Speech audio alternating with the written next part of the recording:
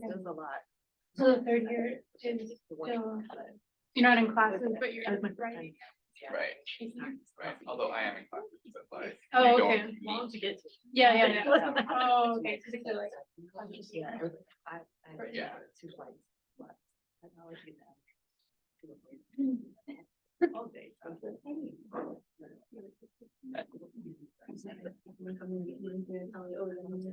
happy to be.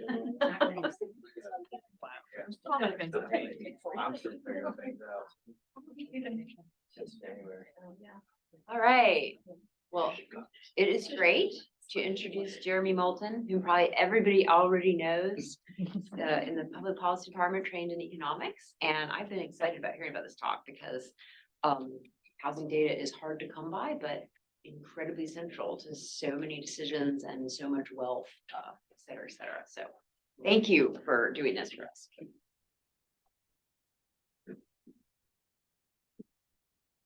This is a little different of a talk. I'm going to go through 2 or 3 papers today. A couple of them have already been published, but the last one is currently under review and we're looking for comments and stuff. So the first 2 are just going to talk about demography in the housing market and also to show you some of the data that I started using, like 6, 7 years ago and sort of how that's changed. So starting with a really small geography and what sort of questions can we even answer with that, to getting close to universal coverage for at least a couple of these papers.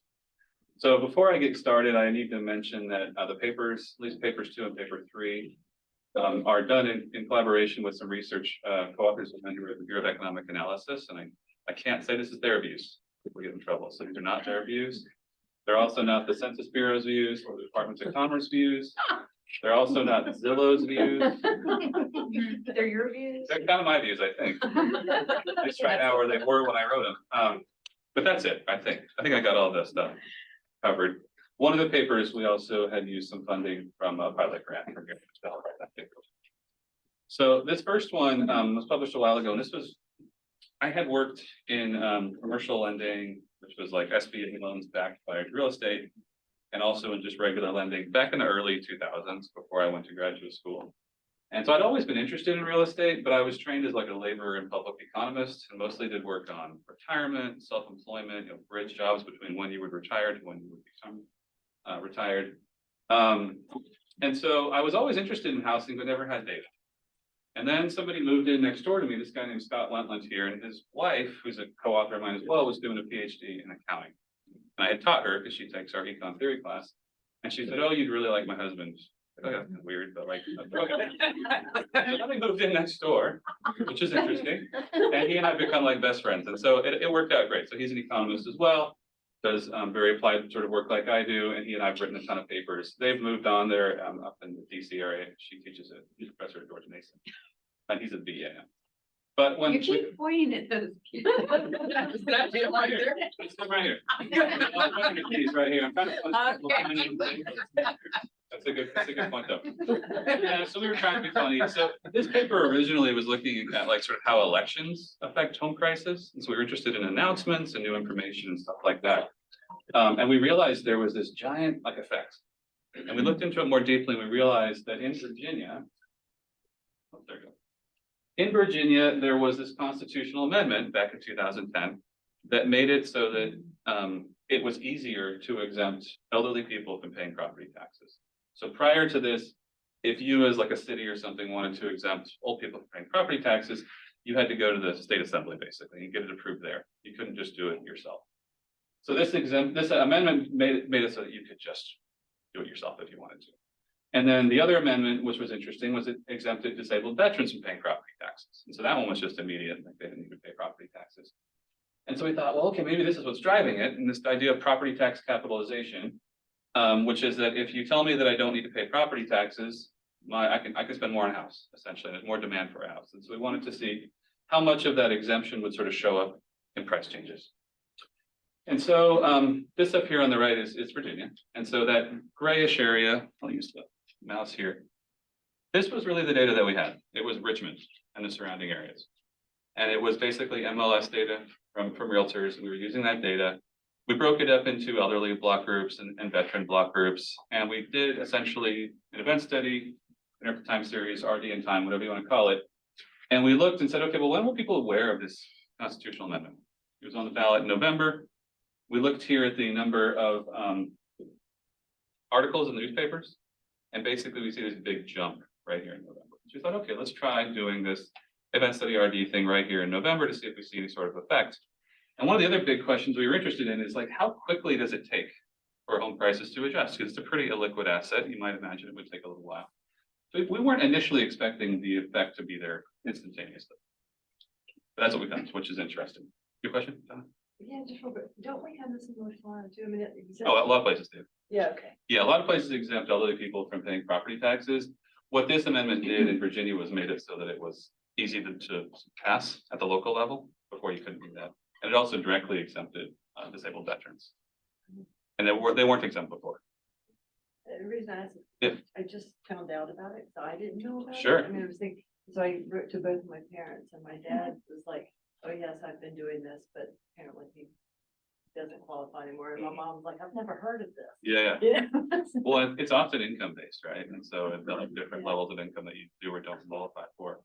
And it can vary drastically. So one of the things we actually wanted to do that started in the second paper, which I haven't gotten to, was we wanted to see both how do property tax rates vary across municipalities, and also how do these policies vary across municipalities. A lot of these, unfortunately, were passed a long time ago. So there's not as crazy a much recent variation of these as we were hoping for, unfortunately. But this was a big one. And so we looked into it deeply and said, okay, over here on the left, I've got I'm trying to put as many pictures as I can on this slide. So over here on the left, on the bottom, I've got this RD in time looking at block groups that would have had more people that would have been affected by this: high elderly, high veterans. And so that's on the left, and on the right, we've got low elderly, low veteran. And you can kind of see if you were to project forward what home prices would have done in the absence of this amendment. Basically, it would have been much lower. There's about a 7-ish%, I think, increase in home prices, which is a lot. But it's about equal to the present value of property tax exemption for somebody that's older. Over on the top right, we've looked at this discontinuity. So this discontinuity here, we sort of pulled out as the treatment effect size. And it's almost immediate, which we were sort of surprised by. And we looked to see how that discontinuity or treatment effect varied as the percent of people in your block group were more veteran. And as that veteran percentage gets increased, you see the effect gets bigger and bigger. Jeremy, we can't see your. Oh, you can't see it on there? But if you use your pointer, oh, there we are. Okay. Sorry, so yeah, so as the increase in veterans percentage increases, the effect size gets bigger. And as you increase the number of elderly in that block group, the effect size gets bigger. Done. These are, you said property values? Home sales. They are home Home sales. sales, yeah. Okay. I think we had 15,000 total home sales. Wasn't a ton, but it was home sales that are within, you can see, a few weeks of the amendment. So And it's, does the 2008? that would have affected these. These are, I think it's 2010, I think is what this one was. It's been 5-6 years since I published this. But it was not 2000. Oh, so these are, I can't read Yeah, so those are months down there, these are weeks. or weeks. Yeah, these are Okay. weeks. All right, so it's not. And it's 2010 week 44. So this would be the first week in November.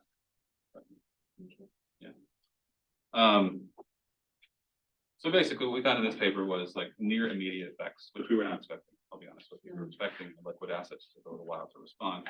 We've written a bunch of papers using arguably better data than this on different topics. We find responses super quickly in home prices. So we looked at when the Fed changes interest rates, home prices adjust really fast. You wouldn't expect it, they adjust in days. And a lot of it is due to cash sales where you don't need to go through a bank and so you can close. The dates that we have for these are the date that the paperwork was signed. So it's not like waiting for it to close, through the county or whatever. So we're finding stuff immediate, sort of people responding to this new information, which is what finance theory says should happen. It says that people should respond quickly. One of the things we also did was we said, well, if it's going to be elderly people that are affected, it shouldn't be like all the houses that are affected by this policy. So we looked at houses that we called senior preferred. And these are houses, there's a bunch of different things we use, but like, is this a single story house? Is this in a, older 55 plus community? Is there a first floor master bedroom, things like that? And when you look at that, the effect size is significantly larger in those areas.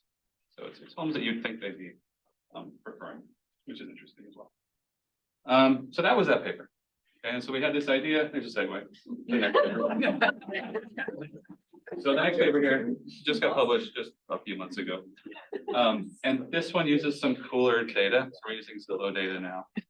And the Zillow data is interesting. It's a combination of two data sets. One of the data sets is called the assessment data. What they've done is they've essentially scraped every county or municipality's assessor's website. So you've got characteristics of the home, you know, how big it is, so on and so forth, anything that your county assessor would collect. And then the other data set is the sales data set. So it has all the transactions. That one is not quite as complete, and I'll show you a slide in a little bit that sort of shows you how much coverage for this. For that, it's most of the US, but it's not the whole US, so keep that in mind. But in this paper, we're still interested in property taxes. But one of the questions that we've always had is this idea of tax salience. And so like, how aware are people of their taxes? Because if people are not aware of their taxes, they're not going to respond to it. So there's a cool paper, I'm not going to cover it here, but it's on Chetty Looney Croc, I think is who it is. And they're looking at sort of, if you were to change the price tag in stores to show which goods had sales taxes on them, people do respond by purchasing a little less of those. So we thought, well, what about with home prices? And one of the reasons that we sort of were motivated by this is that we wrote this paper that said people respond immediately to property tax changes. There was a competing paper around the same time that said, no, they don't, essentially. And we thought, okay, well, what's going on here? Like, why is it that in, at least in Virginia, Richmond, Virginia, we're seeing this big effect, but maybe other areas we don't. So we said, well, let's just see, do people actually know what their property taxes are? I could ask you, and maybe you tell me, maybe you wouldn't. But our research question is, do people know? Which groups know? Which groups are less aware of them? And then lastly, one of the questions we had is there's a bunch of these papers on property tax capitalization, like how property taxes affect home prices. And we wanted to see, like, in areas where people are more aware, is there higher capitalization? In areas where people are less aware, are they less capitalized because they're just not aware of what's going on with it? So the data we're using, there's too many words here, but Zillow's data, and we're using the assessment data here. This is the full national data set. And we're going to merge it with American Community Survey within the census. So essentially, we've got home buyers or sellers or whoever owns the house. We've got demographic information on the person who owns it at the individual level. And we have information about the house at the house level. They've been merged together. And that took quite a while. My co-author, Scott, works at the BEA. It's in the same building as census. I don't know if that helped in our ability to get this done. We're also using it for, you know, a national accounts measurement, stuff like that. But we have this really cool data set where we know buyers and or sellers, or just people who are living in a home. And so the first thing we're going to do is pretty descriptive. We just kind of go through, and if you want to see this, it's published, but it's a ton of figures, a ton of graphs, and tables that are in an appendix and in the paper, looking at different groups and sort of how aware they are of their property taxes. And then we do this sort of simplified meta-analysis, and I'm not trained in this. It got published, but I'm not trained in this, so let me know if we did it totally wrong. So the first thing we did, let's just show you. You've probably been on Zillow before. This is also quite old. I think this is probably, I don't think this house still sells for 500, but this, you know, we got like 6-7 years ago. But couple 100 million parcels. Most of the counties in the US are covered by this. The information that we do have, and this will be relevant for this paper as well as the next paper, which is really the one I'm looking for most comments on, is when was it built, acreage, bedroom, stuff like that. The only thing you don't get with Zillow, which unfortunately they just revoked access to 2 weeks ago. We've got other data coming in that's arguably better than this, but it was a cool data set, but you didn't have any of the realtor level data where you would know how long a house sat on the market, for instance, or if there were any comments about a house, like this house has a first floor master, for instance. We don't see in this data. It's just very simplified. It's from these county assessors' offices. So we pull in this ACS data, the American Community Survey, and this data is cool because it actually asks a couple of questions that we thought were really important, which is, what are your property taxes? Write it down. We can compare that to what the county says you owe. We can see how different they are. Then they also ask this other question, which we were interested in, and there's another interesting paper that asks, like, if you're paying a property tax directly, you should know. But if you're paying a property tax through escrow because you have a mortgage or something, you may be less aware. And so there's different groups that we can look at, like, do you have a mortgage? If so, within your mortgage says you pay it through escrow, you should probably be less aware. If you have a mortgage, but you pay it directly, you might be a bit more aware. If you own it outright, you're paying your tax directly as well. And we also get all the demographic information as well. So we measure misperception, we call it, different ways. One of them, we want to know the direction of misperception, like are you over or under?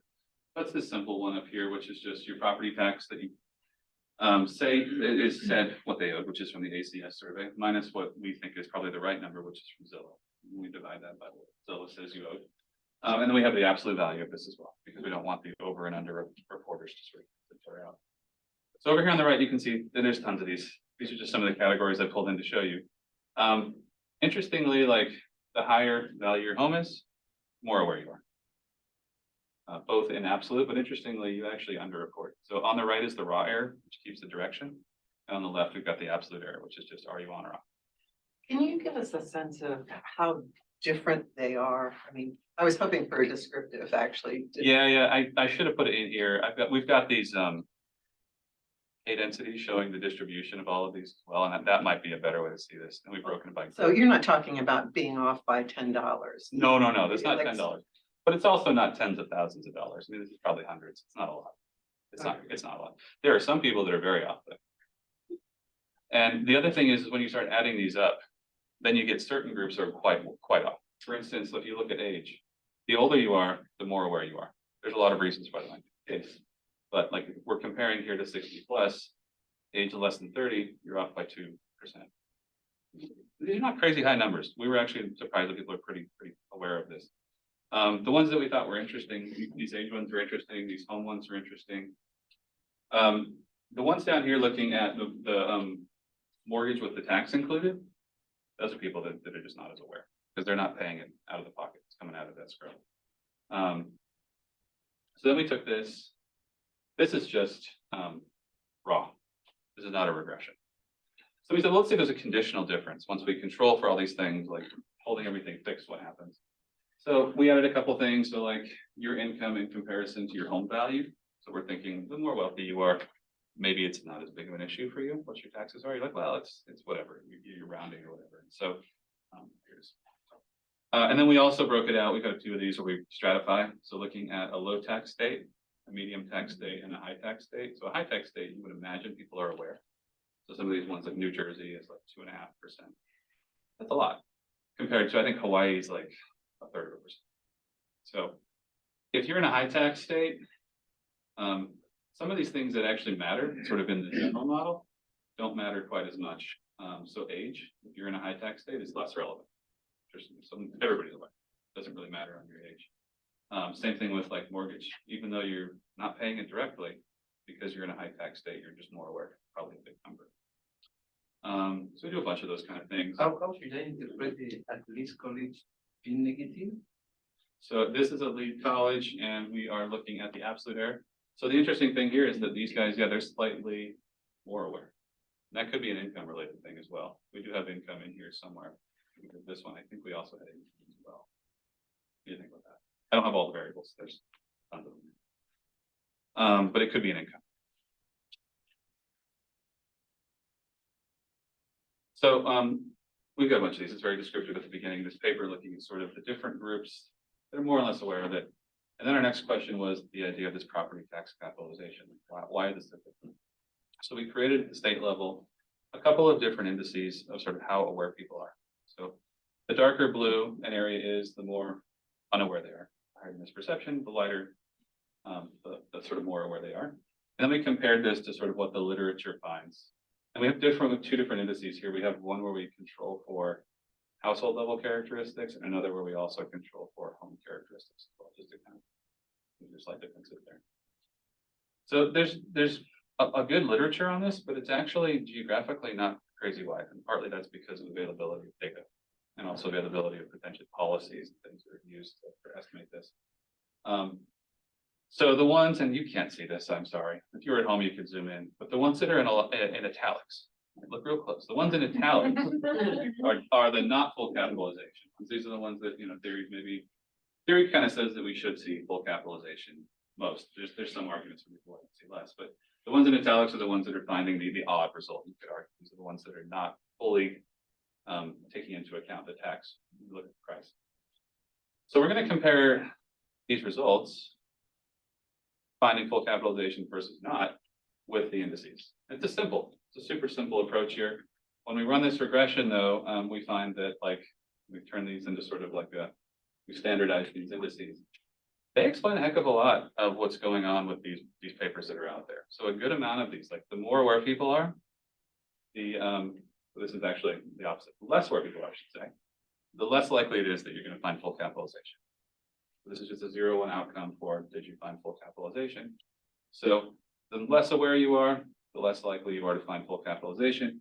You also see, and again, my sample sizes are tiny here, but the newer the study, because a lot of these studies are from like the 70s and stuff, and that's quite far away from the measures that we're actually creating, which are more relevant, I would say, for the 2000s. So the closer that the data gets to where our measure is created, the bigger and stronger the effect sizes. I mean, we're almost explaining, it's 10 observations, so please take that grain of salt. But we're explaining 3/4 of the variation, which is quite a so the paper essentially, the paper essentially saying like, I think people are, for the most part, pretty on, but there are definitely groups. If you were to look, you know, less educated, maybe not, maybe, you know, you put together these groups, you're like, oh shoot, this person's maybe off by 7-8%. That's quite a lot. And then I think this part at the end, which was kind of just us trying to figure out why is it that we found an effect? Virginia, and the one that I think was the same time as us was this one in Michigan, where they found not. Why are they so different? And a lot of it has to do with sort of misperceptions. We tried looking at explaining the magnitude of the point estimates. That I think was the dollar amount of it, or Sorry. which one? Oh, you mean? I mean, in your meta-analysis. So this one we did not, and partly it was, we just did a very simple one. It was just a 0-1 for did you find full versus not. So theory says you should find full, right? And so basically that would be 1-1, essentially, like present value and tax should show up, change the price. We didn't do it, probably could have, let's just see. The hard part is trying to unify those coefficients across all these different approaches. Did you control for how long? In ours, we did, yeah. Can you talk about a little bit about some of the implications of misperceptions? Yeah, I mean, so the big thing with misperception in taxes in general is that if it's a revenue generator, I'm thinking as a policy person, the less aware you are, the better. So I can mess around with it, and you aren't going to respond. The more aware you are of it, things like state taxes, you would love it if a good that you would like to reduce consumption of people are aware of, because then they might respond to it. And so it's interesting because if you think about property taxes, I think policymakers are hoping you're not paying attention. These things are often used to pay for schools, especially here in Chapel Hill, right? We have a bunch of these extra tack-ons that go to that. But yeah, it's interesting. I mean, yeah. One of the things that is hard to do here is that if a tax is directly being paid into something that you care about, then you may not find full cap. So in Chapel Hill, for instance, we know it goes to the schools, so we might be okay with that because we're getting a good out of it. If it's a little vague about where the money is being spent.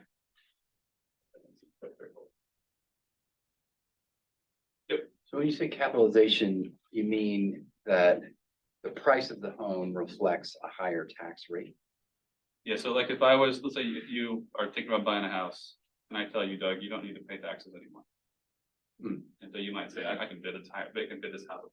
And so one of the things we thought was funny with the Virginia paper was they're trying to help elderly people and disabled veterans.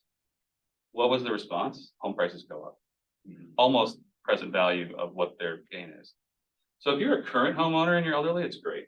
You've given me a tax break and my house is worth it. Any future old person, which is everybody. And if you don't own a house, you're going to pay for it. Or if you want to live in an area where old people like to live because of amenities or whatever. So I think if we look, it's not enough observations, but if you look right near the VA hospital, prices exploded. Because that's you'd expect would be taking that. But our property tax assessments or values, the assessment of the, if you're not selling your house, if you're an elderly individual and you're not selling your house, are they going to respond quickly too, or? So if you own your house, and you don't pay taxes, you don't care. If you own it, so one of the things, like we have another paper that I'm not going to show you today, which is when there's a big development incentive put in where it's like, oh, we're trying to bring Apple to triangle. So, oh, this will be great. It's great for some people. It's great for people who have a job. Let's say you don't work at Apple and it brings in a bunch of demand. Now your house's price has gone up, your assessment's gone up, your property tax has gone up. And they've given a huge tax incentive to somebody that you may or may not have to pay for in the future if you don't see crazy increases in income, whatever. And so, yeah. So what your question is So mostly about. I guess I was just thinking about, I mean, you're saying that the elderly would have gotten the tax break anyway. So they'll get both the increase in prices and they get the tax break. Yeah. Any future elderly person is gonna pay for that tax break up front. It's almost like a wash. Yeah. Or they're gonna move somewhere that maybe they wouldn't have preferred to have been before you started to intervene. Which is interesting, I think it's interesting. Our conclusion was sort of like the traditional econ response was just give them money. Don't try to like mess around with it. Try to help these people, just give them money. Oh, you don't need to pay property taxes. You don't need to pay property taxes. Then the market sort of responds in interesting ways. Other questions? So this is the one I'm really looking for comments on. So this one is under review, but we're constantly getting sort of ideas I think that are helpful. This one is joint with Marina, and actually these are the same co-authors as the last. So Marina is at the VEA, Kelly is at GMU, and Scott is at the VEA as well. I don't think we have any extra. So we were initially motivated. I'll show you a few different motivations for this. And so the wealth gap is huge. And this is starting way back in 1860. So it's gigantic and it has reduced, right? It hasn't reduced quite to maybe to 1-to-1, obviously here. And so even though it's fallen quite a bit, we still have this giant wealth gap. And one of the solutions that is often sort of put forward is, oh, just home ownership. That should reduce this gap. If you just get everybody a home. And it's not just one party, right? It's a pretty bipartisan thing, which is we get somebody in a house, it's going to fix some of these wealth gaps. And so tons of policies trying to sort of address this and try to help people get access to home ownership. And so, you know, you look at things and you can see here's home ownership rates by race and ethnicity. So we got in blue, the white percent who own a home, in gray, Hispanic, and in orange, black. And so there's quite a gap there in sort of who owns a home. And then conditional on owning a home, they're actually, I mean, they're different, but they're not crazy different. This is net equity in your house. And so when you look at sort of the wealth gap, a good amount of it is partly due to the fact that there's this huge difference here because the majority of people's wealth is tied up in your house. Look at it. And so maybe that's some sort of motivation for why we might want to do this. Wasn't just back in Obama and Bush's time, right? We're still talking about this. This is a pretty recent proposal by Blumenauer, which is saying like, hey, we should use like a first-time homebuyer tax credit, which we already done back in 2000. We want to do it again. It's gonna be a little bit bigger this time, maybe $15,000. It's gonna, and you can see in red, the motivations for why they're doing this. Building wealth through homeownership, help more families, and especially families of color, reduce the wealth gap. And so we're sort of taking as given that that's going to do it. And so we're asking the question, does it? Is this actually going to reduce the wealth gap? Does it actually improve wealth? So our first question is, and we're looking at an interesting time period. We're looking at 2000 to 2016. So keep that in mind as we're doing this. But what's the rate of return on owning a house? And does that rate of return vary by different demographic characteristics? Race is the one we're going to focus on, but we have other variables in there as well that I think are interesting. Then, have there been any policies in the past that maybe sort of have reduced or allow people to buy a house? Did buying a house help those people or not? We're going to look at the first-time home buyer tax credit and see how that sort of affected not just returns on home ownership, but did it have a differential effect, black, white, Hispanic, etc.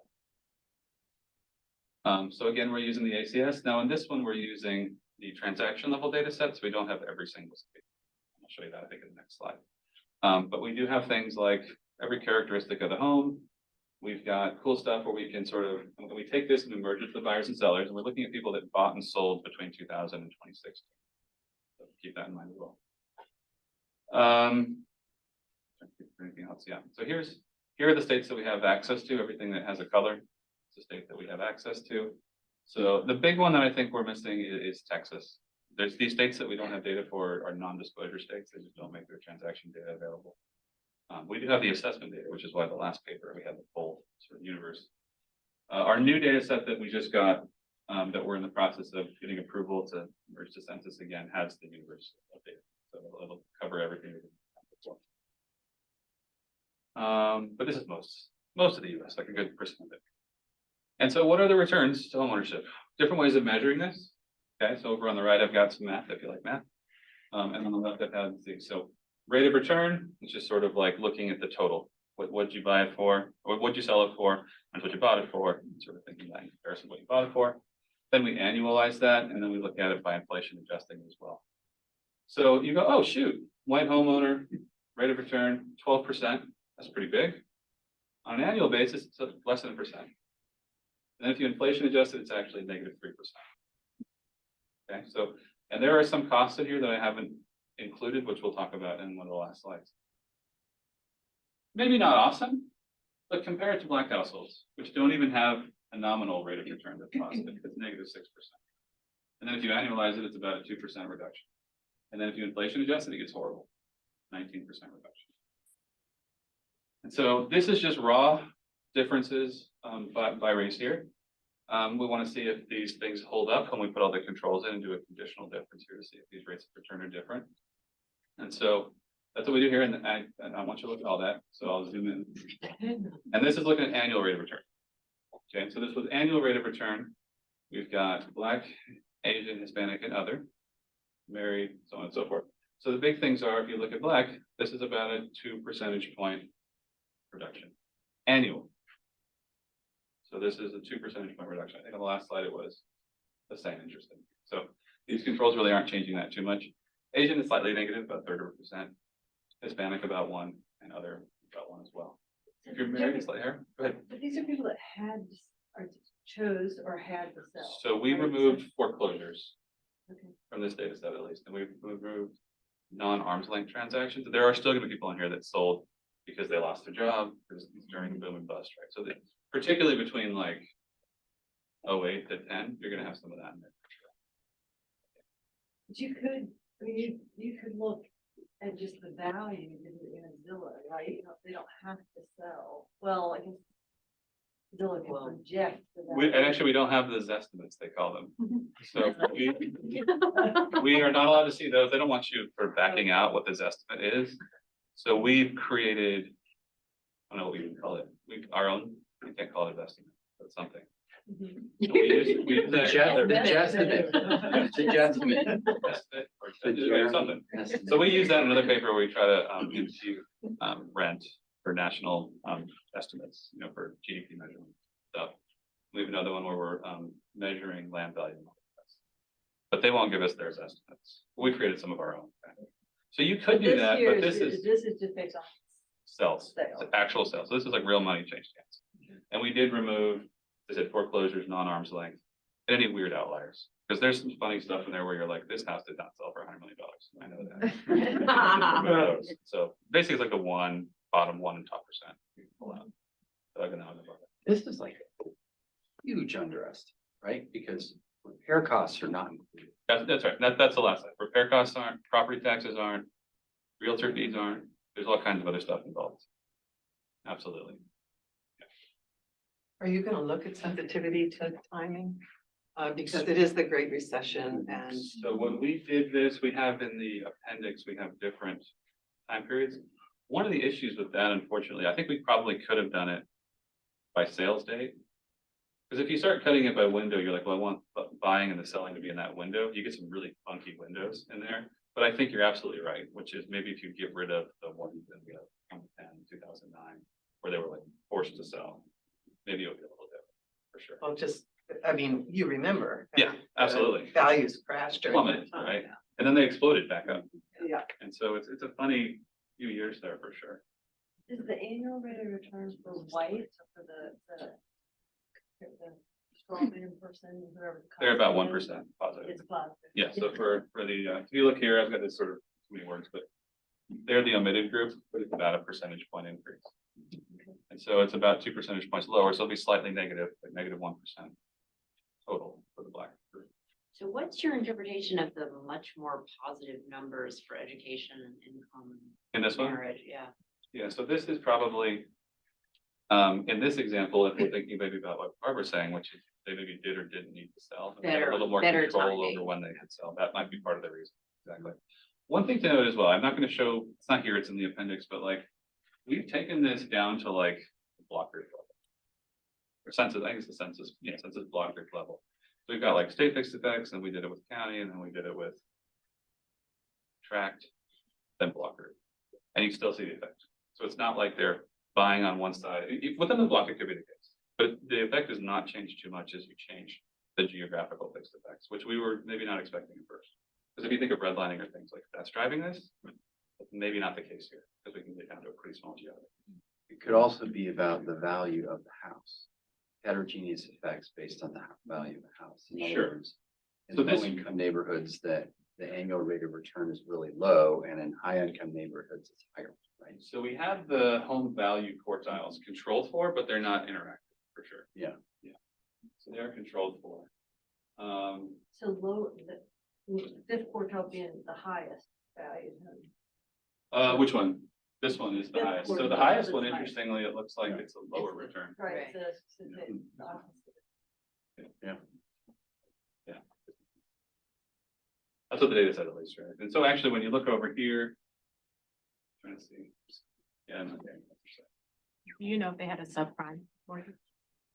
So we know, I'm trying to think of this data, if we know they have subprime or not, that's a good question. We do know if they had a mortgage, and if they did, it was negative.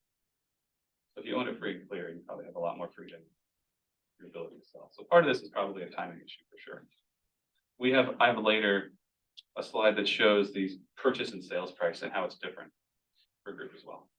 And what you actually find there is that, and we're looking at how the first-time home buyer tax credit affects it. But essentially, I think it's on the buy side for most of the actions, not on the sales side.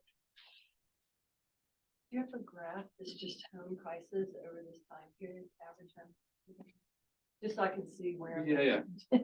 So I have in the one of the last slides, I'll show it here. Let me see. Maybe I can't see on my slides.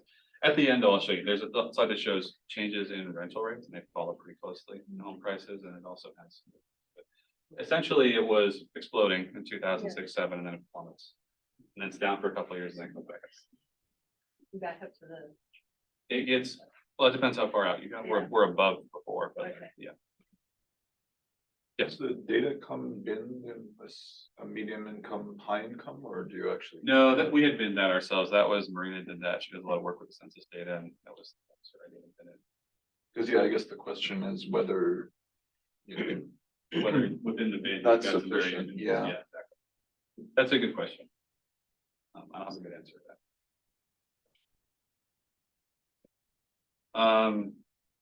Anyway, so when we first saw this, we're like, well, shoot, maybe homeownership isn't the solution. Again, there's more to homeownership than just this return, so keep that in mind. So are there any policies that might help with this gap? So that was really the question that we had as well. So we have a bunch of descriptive stuff in the paper that tries to go through all that. So we were motivated partly as well by this. I don't know if you guys saw this article that came out. And so this paper, this article was, I think they took down all the pictures of them after they got their first appraisal, which was only like 472. Once they took all their pictures down, the appraisal shoots up to 750, right? So that's a pretty crazy, it's an anecdote, right? It's one observation, but like, this is a pretty interesting article here. Unfortunately, it's hard for us to disentangle discrimination with what we're doing. What we can talk about instead, and we've spent a bunch of time trying to figure out how to visualize this. If you have ideas, that'd be great. This is me trying to figure out how to visualize what I'm talking about. What we can do is we're trying to look at individuals who are like on the margin of buying a house, on the margin of being eligible for a house, right? And so they, through family wealth, individual wealth, all kinds of different things, are just below the margin of buying a house. And somebody else who is maybe just fine, right? And so we're thinking there are different groups. For instance, a Black potential homeowner is like, I would like a house, but I'm just below that because I don't have the funds to purchase this house. If we gave you money, what would happen? Is sort of the idea. And so we're going to use the first-time homebuyer tax credit that essentially gave you $8,000. And does that money that we give you allow you to buy a house? And does that actually help or hurt you? Is sort of one of the questions that we're asking. And so here's the program. Sort of had a few iterations over time. The first iteration was an odd one. It was a $7,500 mini loan, essentially, that you had to pay back. We changed it eventually. So we don't use that region of time because prior research on this has found that people really didn't respond to that. People did respond, though, when it was refundable. Like you just get $8,000 and it gets adjusted in your taxes. it was for people who were, if you're joint, let's just use joint taxpayers, making 150 or less. Then you got access to this thing. Then they expanded it a bit later, where you could have money up to, you have income about 225 or so. Okay, and so we've essentially got, this is a little hard to see, but we've got a bunch of treatment groups and control groups. Is one way to think about it. And so our treatment group are people who are making between 0 and 150. And our control group are those who are making a lot of money, making over 225. And that's one group that you can think of because they're always in control. They never got access to this program. Control group 2 is like, okay, well, 0 to 150, they got treated. And our pre-control were like, well, what about people who were not like over 225, but they were still high income, so they didn't get access to the first couple of iterations of this. So they made 150 to 225. However, they don't show up over here because they're treated at this point. So we want to drop them at that point. Then our next question was, well, like 150 to 225 is quite different from somebody making $30,000 a year. I would argue these are still quite a bit different. But our other alternative treatment group, and probably the one that I think I believe the most, is we're looking at treated folks who are 75 to 150 in income. So that's our treated group. The control group is still 150 to 225. So they're still different, but they're a lot closer than I argue maybe control group to this. So we're going to do a difference in differences here. The paper has a bunch of cool parallel trend stuff that you can look at. And we're just kind of interested in what's the return for these people that were sort of pushed in to owning a home. And I'll zoom in again. And essentially for the full sample, you see about a 1 percentage point increase in the return. This is the annualized return. So this is actually pretty big because this is before it was 1% before, this actually increases it by a percentage point. It doesn't really matter which group you use, except for maybe control group 2, the middle one there. But the question we really had was like, does this affect, first off, it's good for everybody. And was it good for different groups? Is it different for those different groups? So then we said, okay, well, let's look to see if the returns that you get are different for white versus black homeowners. And so we're essentially running a triple difference here where we're looking at black and then looking at the omitted group being white. And so you see with non-white, you see about a 1.5 percentage point increase in comparison to a white individual. This is like even more than what they're getting. On the far right over here, we've got black. So just focusing on the black group. Black homeowners are getting like 3 percentage points per year from this policy. So it's like, oh shoot, like we're really helping push people in that are actually benefiting from this, it looks like. This policy, which is $8,000, not a crazy amount of money, but it's enough money that is pushing people in, at least in they're sort of seeing this positive increase. Yeah. Sorry. This is rates of return. Annualized rates of return, but I mean, you've got people over time. Mhm. So how are you taking, I mean, they bought their house, they sold their house sometime during this time period. So they bought it in the groupings of when they were eligible for the first-time home buyer tax credit, or they bought it beforehand, or maybe they bought it. Then so when's the? They would sell up to 2016. So Okay, so it's based on when they bought. that's right. It's How you get access to this program. Yeah. So we thought it was kind of an interesting program because it seems like it helps everybody, but it extra helps these groups that we were initially worried about. So we've done a bunch of robustness checks here. I've got just a few minutes left. So a bunch of robustness checks. They're all in a crazy long appendix. But a couple things we were also interested in was like buy price, sell price. So where you're seeing all the movement on this is they're able to buy a house at a cheaper price. So if you kind of compare across up here, for this group, about 10% less than the white individual bought. What do you mean they're able to? Well, their home price is- Choosing to. Well, they're choosing to, and they're now because they have $8,000, it's allowing them potentially the ability. But So they're we're really, choosing to buy a lower price house. but they're able to sell it at the same price as a white individual. And it's the same. In theory, we've held all the characteristics of the house fixed. I know, but I thought that you were saying that if you had access to this, you would actually purchase a higher priced house than you would otherwise. No, you just might buy a house. You wouldn't have been eligible before, but now you're eligible. So it might be moving in the lower income people into becoming home buyers. That's right. Yeah. So it's like you're at a threshold where you could or couldn't be able to afford a house, and now I've given you $8,000. So now you can afford a house. And interesting, when you're told that you can buy this house and because you have this money, you buy a house for about 10% less than a white individual who also was eligible for the program. I'll buy a house. But then you sell it for like the same price. And that 10% gap sort of persists depending on these sort of different, the black one So it's a 15%, but it's about 2 to 3% more. So this was actually quite a bit bigger. And then over here, this is interesting one. This is a different, this is block group level. So when you block group controls rather than county controls, 25% lower price is huge, huge number. But then they're selling it for 15% less. So it may not be as nice of a house, but they're definitely buying it for cheaper. It may be in this particular example, based on when this policy was passed, that these people are able to buy a house that's sort of like homeowners are in trouble potentially, you could maybe argue. And so they're able to get a house during a time period where normally they wouldn't be able to purchase one, but because you've given them enough money, they're just over that threshold. So they could purchase this. And the threshold is capitalized by a mortgage, right? So if you get 8,000 and you put it down, then that increases the amount of home that you can purchase by a factor of 5. Or just the ability to purchase a home. Or is it just because their credit score is contingent on, well, how much do you want to borrow? Well, the credit score definitely is in the decision to be able to get How much can you put down, right? So it could be one of two things, right? They have enough now to get 20% down, Yeah, right? Or they can afford more house. that's right. One of those. You're not, though, jointly modeling selection into buying. No. I mean, there could be, these could be biased by that selection. So we could have had another model which says like probability that you actually bought a house. Right. For sure. Right. We would need, You need that. I think we could do that because we have the census. We Yeah. could in theory do that. It's just saying like conditional on buying a house while this program was in effect. Yeah. You are buying a house for cheaper, but you're selling it for about the same. Compared to a white individual, understand. That's the weird part about it. Okay, it's very good. We were war worried. You see this beautiful movie. With a ton of Oscars. That you give somebody money. Actually, come on, Shelley Long and comics, that's good stuff. You give somebody money and they're inexperienced, first time home buyer, as soon as it's born. They buy this kind of house, maybe not this big of a house, but a house that's going to be a money pit, that needs a new roof, that needs this or that. It's sort of an older house that's beat up. So where we see the whole effect happening actually is on newer houses.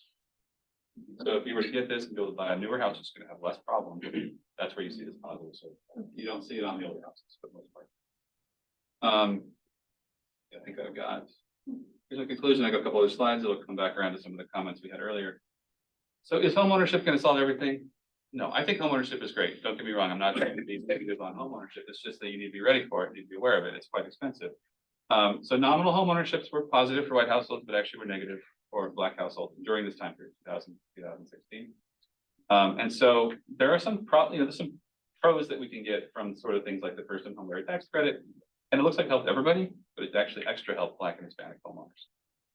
That said, there's a few things that we didn't actually fully take into account. So like, what would you have got if you put your money in the S&P 500?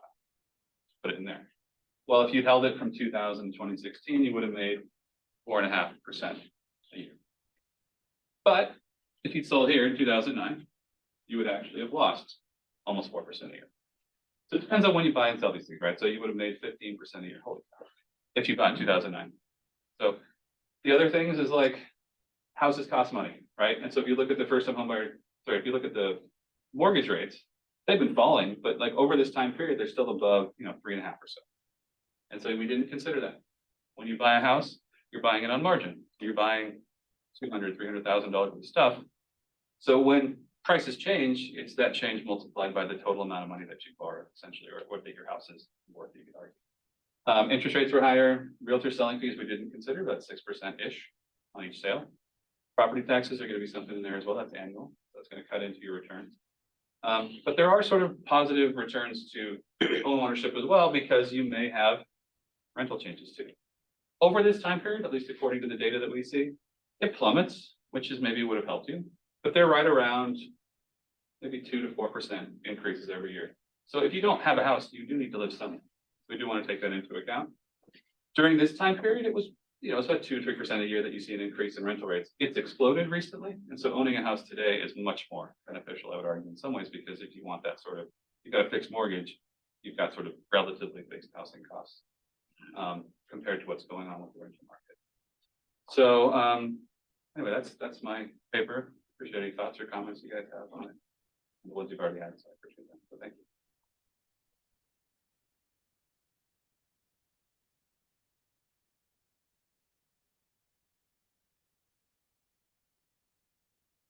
Yes. I was just wondering how do people become aware of the tax credit? And like, did you say they had to pay it back? For the ones that we looked at, they did not. So there is a group of people that did, and we didn't include them. Yeah, because they weren't, if you look at the research, they weren't pushed into the market in the same way that they did. And like, how did people become aware of it? Or like, is this something that like offered them? So it was out there. I mean, I think every, I'm assuming every realtor knew, every mortgage broker probably know about it. But the question is, did the individual know? That's the real question. I know it was in the news all over, but I don't know.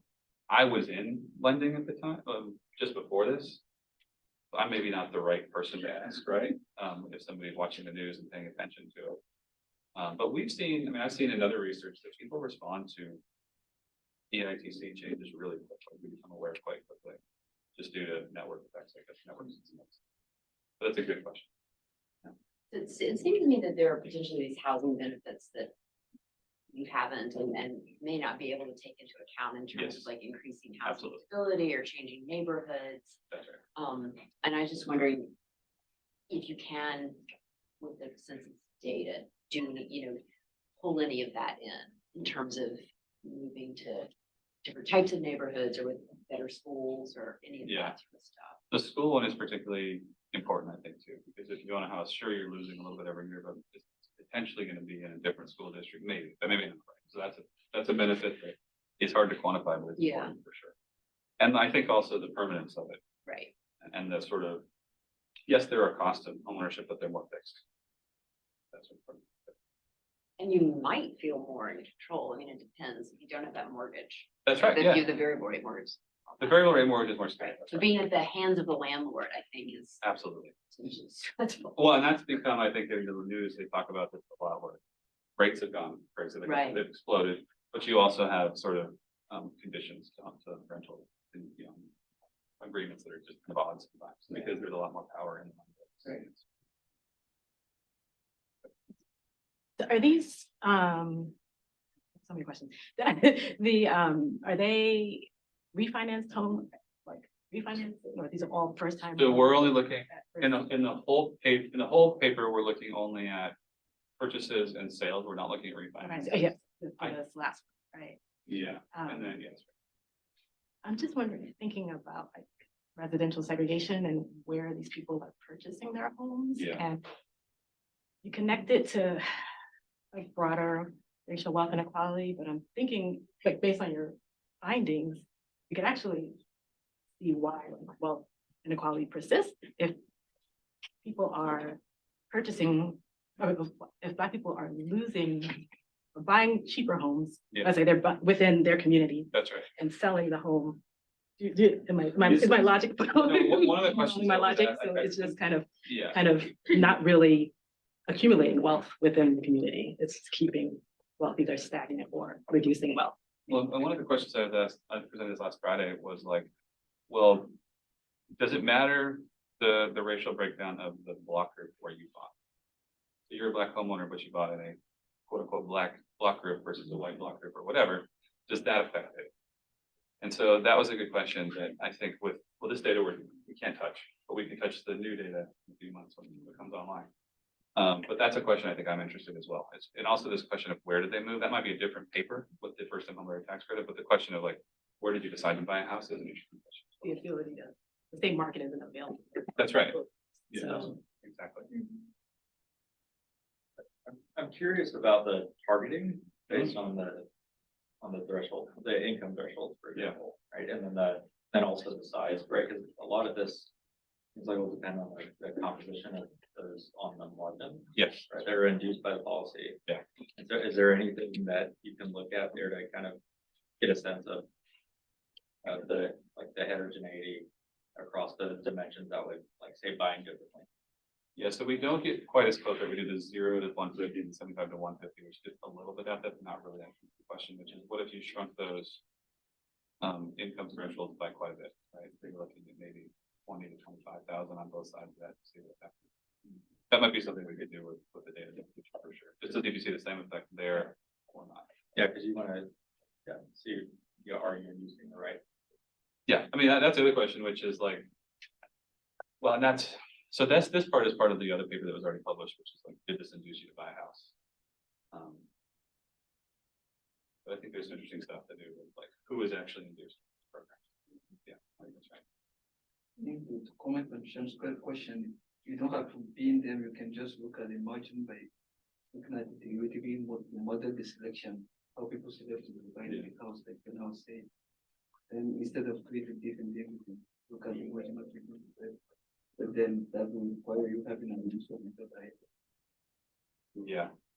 Or you can use the incentive, the cash that they give them. That's I was trying to think of the other paper. I need to look at that other paper that looked at the purchase decision and see how deep they went in with the demographics on that. I can't remember if it had any demographic data, but we could in theory have it. They may have. I need to look at it.